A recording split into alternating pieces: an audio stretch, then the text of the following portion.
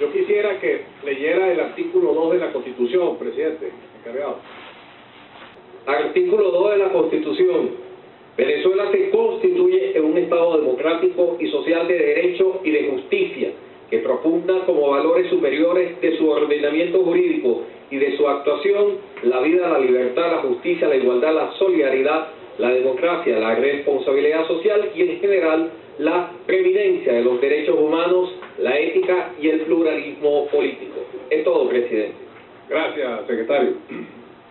Bueno, muy bueno, excelente. Bueno, ahí vamos al punto.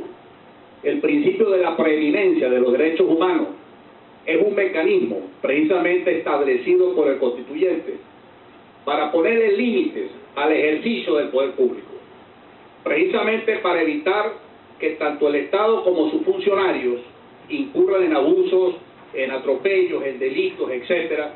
Por eso precisamente se habla que Venezuela es un Estado democrático de derecho, de justicia, un Estado democrático social de derecho y de justicia, que es una categoría superior al viejo concepto del Estado liberal, porque todo lo que tiene que ser del Estado tiene que estar ceñido en la Constitución, en las leyes, y de allí la importancia del Parlamento.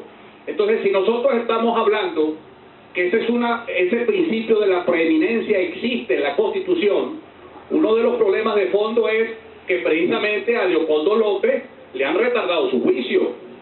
Hay muchos o mejor dicho, los tribunales no han podido avalar las acusaciones que le han hecho a Leopoldo López, más allá de las acusaciones políticas. Pero si estamos hablando del derecho penal constitucional y no del derecho penal del enemigo, nosotros tenemos que tener una alta valoración de lo que son los valores humanos y los derechos humanos. ¿Por qué nosotros aquí estamos defendiendo en este caso un valor humano? Porque uno de los valores humanos es la solidaridad. Y existe una fuerte relación entre los valores humanos y los derechos humanos.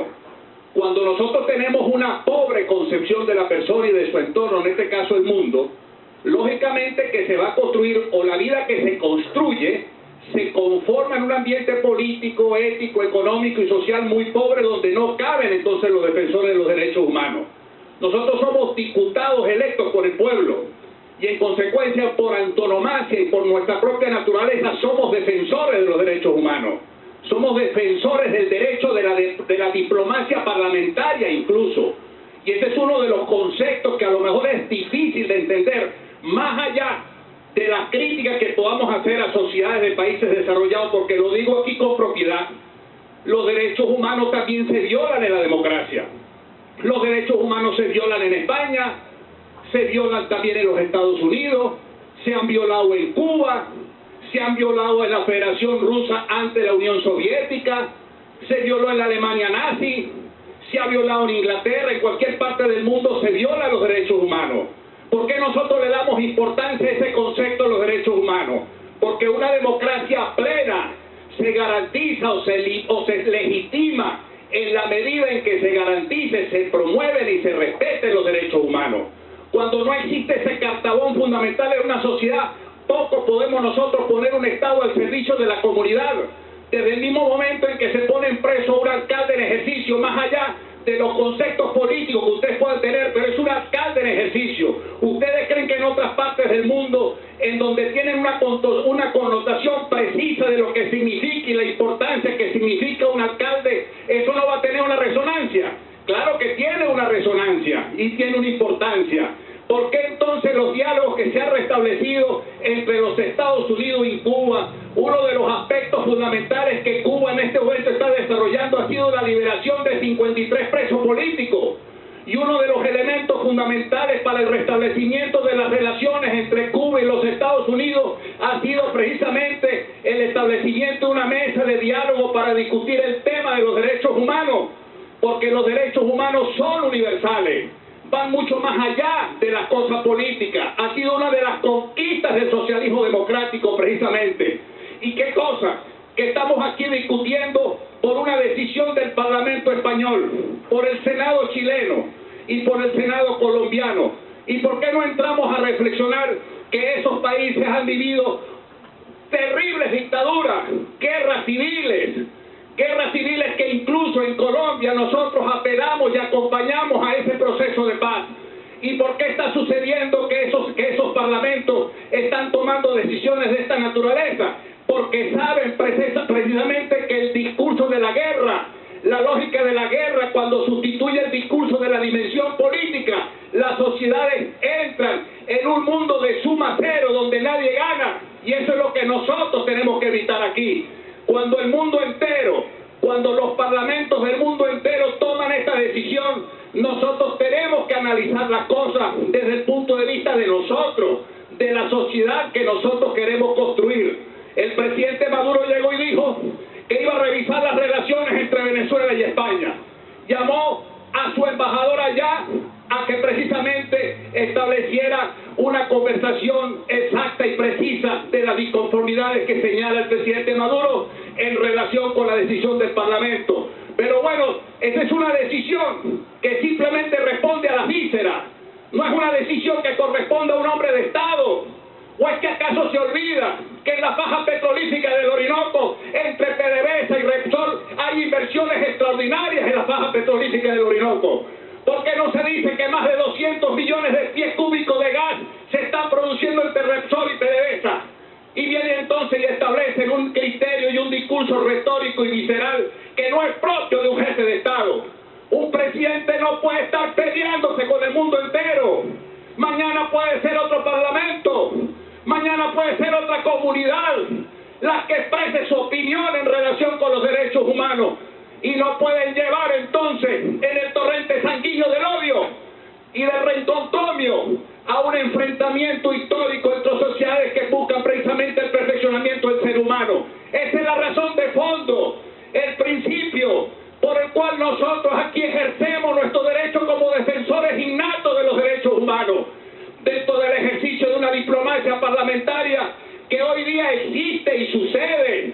A lo mejor 50 años atrás eso era imposible que sucediera.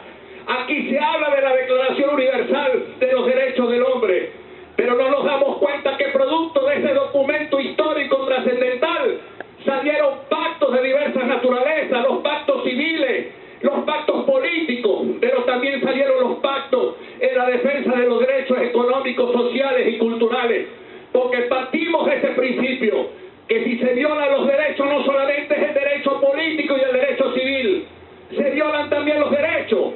Cuando usted le restringe a la gente su libertad para comprar su bien o sus productos, cuando usted le dice que solamente puede comprar con el terminal de la cédula un viernes, un sábado, un lunes o un domingo, de acuerdo a la lotería del terminal de su cédula, eso es violar el derecho a la libertad que tengo yo para comprar mis productos y mis bienes, más allá del problema político de la escasez y de la falta de distribución de productos que tenemos en Venezuela. Entonces hablamos con el fondo, hablamos con el corazón, porque aquí se ha hablado mucho de Günter Grass y de Galeano. Pues yo hago propias las palabras de Galeano cuando decía: yo milito en el mundo de los miserables, de aquellos que luchando y luchando quedan atascados en la pobreza, porque nosotros venimos de una lucha social y política, y no quiero tergiversar el contenido de mi discurso con la retórica propia de la emoción política y de la pasión que uno siente cuando defiende ideales, pero sí les puedo decir que tan violación de derechos políticos puede ser lo que aquí se está hablando, como igualmente que en este momento no nos digan la fecha de las elecciones parlamentarias y tengamos que ver la necesidad de estar cambiando criterios de distribución poblacional para trastocar derechos fundamentales como el derecho de la participación electoral. Ahora sí entiendo la razón por la cual eliminaron el Parlamento latino, porque ustedes quieren autoaislarse, quieren excluir a la sociedad venezolana, ustedes quieren desarrollar un concepto autáctico de la política, totalmente alejado de la realidad, y por eso eliminan el Parlamento latino, y por eso en septiembre del 2013 nos excluyeron del sistema de protección interamericano de los derechos humanos, pese a que Venezuela forma parte de la Comisión de los Derechos Humanos de las Naciones Unidas. Ustedes no pueden denunciar el sistema mundial de protección de los derechos humanos. Entonces tengamos altura en esta hora escolar del debate político en Venezuela, más allá de la simple diatriba, más allá de esos epítetos sin sentido y sin fondo, producto de mentes enfermizas. Vamos a buscar la verdad de las cosas. Si algo está sucediendo en el pronunciamiento de estos parlamentos, es porque esta sociedad política está enferma. Es porque este Estado no ha entendido la verdadera realidad de las denuncias y de los reclamos de nuestro pueblo. Pongan entonces ustedes el oído a la tierra, como ustedes dijeron que lo habían puesto un 4 de febrero, que igualmente fue un golpe de Estado, y ustedes han querido revestirlo históricamente bajo la túnica de la demagogia, sin darse cuenta que en ese golpe de Estado hubo hombres muertos, precisamente por la utilización de los fusiles que la patria bajo confianza les había dado a ustedes como soldados. Amigas, entonces les quiero decir aquí, y el pueblo que me escucha, porque este pueblo está indoctrinado políticamente bajo el concepto de la democracia como una forma de vida, entiende perfectamente nuestro discurso y estamos seguros que en estas próximas elecciones parlamentarias una nueva emocionalidad y una nueva mayoría democrática serán los privilegios fundamentales para la reconstrucción de la patria nueva y libre de todos los venezolanos.